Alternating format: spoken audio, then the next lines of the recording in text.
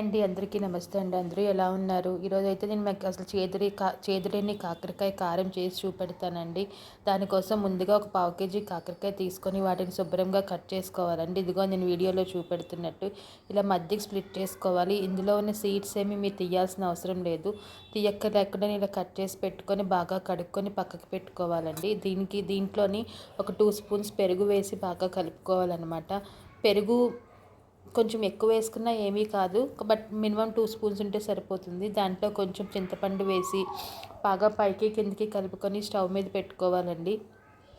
ఇక్కడ మీరు ఇదే లెవెల్లో కొంచెం పసుపు కూడా వేసుకోవాలి. కాకరకాయ మీకు ఎంత మెత్తగా ఉడికితే కూర అంత బాగుంటుందండి. అలా అని చెప్పి మరి పేస్ట్లా ఉడకపెట్టేయకూడదండి. జస్ట్ మనం ఫోక్తో కాకరకాయలో మనం గుచ్చామంటే ఆ ఫోక్ కాకరకాయలోకి దిగాలన్నమాట. అంత మెత్తగా ఉడికితే సరిపోతుంది, పేస్ట్లా కాకుండాని.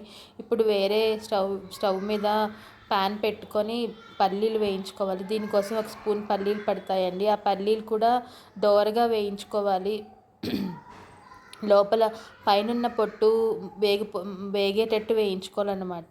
లోపల కంటే వేగేటట్టు వేయించుకోవాలి. తర్వాత ఒక 2 స్పూన్స్ నువ్వులు కూడా వేసుకోవాలి. నువ్వులు కూడా మీకు చిట్పట్ సౌండ్ వస్తున్నాయి అంటే కనుక నువ్వులు వేగిపోయినట్టే.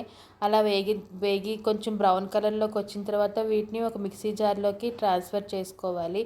మిక్సీ జార్లోకి ట్రాన్స్ఫర్ చేసుకున్న తర్వాత కొంచెం చల్లారనివ్వాలి. వీటిని చల్లారిన తర్వాత మిక్సీ పట్టుకోవడమే. ఇప్పుడు దీంట్లోకి సరిపడా కొబ్బరి ముక్కలు ఒక చెక్క పడుతుందండి, చిన్న చెక్క. పచ్చి కొబ్బరినండి, ఎండు కొబ్బరి కాదు. ఎండు కొబ్బరి వేస్తే మళ్ళీ మీకు నూనె వాసన వస్తుంది. అలాగే ఒక 2 స్పూన్స్ పుట్నాల పప్పు. ఇక్కడ మీరు కావాలి అంటే వెల్లుల్లిపాయలు కూడా వేసుకోవచ్చు, బట్ నేను వేయలేదు. కారం ఉప్పు కూడా యాడ్ చేసుకోవాలి. వెల్లుల్లిపాయలు ఎందుకు వేయలేదంటే ఆల్రెడీ కాకరకాయ కొంచెం చేదు ఉంటుంది, మళ్ళీ వెల్లుల్లిపాయలు వేస్తే ఎక్కడ చేదు వస్తుందా అని వేయలేదు నేను, కానీ వేసుకోవచ్చు కావాలంటే. ఇలా మొత్తం అన్నీ కలిపి మిక్సీ పట్టుకోవాలండి. మెత్తని పౌడర్ చేసుకోవాలండి, చాలా మెత్తగా పౌడర్ చేసుకోవాలి. ఇప్పుడు మళ్ళీ ఉడికిపోయిన కాకరకాయలు మళ్ళీ స్టవ్ మీద ప్యాన్ పెట్టి అందులో కొంచెం ఆయిల్ వేసి కాకరకాయలు వేసి 1 బై 1 వేసి మంచి బ్రౌన్ కలర్లోకి వచ్చే వరకు వేపుకోవాలండి. ఇవి ఏమాత్రం బ్రౌన్ కలర్లోకి రాకుండా ఉన్నాయా అవి మీకు చేదు అలాగే ఉండిపోతుందండి. సో కాకరకాయ ఫుల్ బ్రౌన్ కలర్లోకి రావాలి. వచ్చిన తర్వాత ఈ కాకరకాయలోని మనం పౌడర్ చేసుకున్న నువ్వుల పొడి ఉంది కదండి, దాన్ని స్టఫ్ చేసుకోవాలన్నమాట. నేను బయటికి ఇంకా తీయలేదు, ఆ పెనంలోనే అలా స్టఫ్ చేసేస్తున్నాను. అన్నీ స్టఫ్ చేసుకొని మళ్ళీ వీటిని ఒకసారి వేపుకోవాలండి. ఇలా అన్నీ వేపుకున్న తర్వాత అలా అన్నీ స్టఫ్ చేసుకున్న తర్వాత మీకు ఒకసారి వేపుకోవాలి పైకి కిందకి. చాలా బాగుంటుంది ఇలా వేపుకుంటే. ఇది మీకు వేడివేడి అన్నంలో, సాంబార్లోకి కానీ, పప్పులోకి కానీ, లేదంటే ఏదైనా మంచి పులుసు కర్రీలోకి కానీ ఏదైనా ఉంటే చాలా బాగుంటుంది. ఇది మీరు ఫ్రిడ్జ్లో పెట్టుకుంటే ఎలా లేదన్నా మీకు 10 days దాకా నిలవ ఉంటుంది కాకరకాయ. ఇలా మొత్తం అన్నీ వేసుకున్న తర్వాత మిగిలిన పొడి కూడా వేసేసుకొని వీటిని పైకి కిందికి బాగా కలుపుకోవాలి. బాగా కలుపుకొని ఈ లెవెల్లో మీరు ఒక 10 minutes అయినా వేపాలండి ఇది.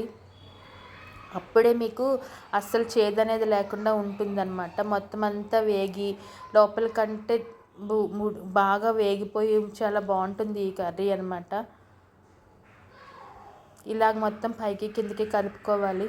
అసలు చేదు ఉండదు ఈ కాకరకాయ. చాలా మీకు నిల్వ కూడా ఉంటుందన్నమాట, బట్ బాగా వేపుకోవాలి దీన్ని. ఇలా వేపుకున్న తర్వాత మంచి కలర్ వస్తుంది. ఇప్పుడు మీకు లైట్ కలర్లో ఉంది కదా, వేగిన తర్వాత ఇలా డార్క్ కలర్లోకి వస్తుందండి. ఇంతేనండి నా వీడియో. నచ్చితే నా వీడియోని లైక్ చేయండి. మళ్ళీ ఒక మంచి వీడియోతో కలుస్తానండి. అప్పటి వరకు సెలవు. ప్లీజ్ డూ సబ్స్క్రైబ్ అండి. Thank you.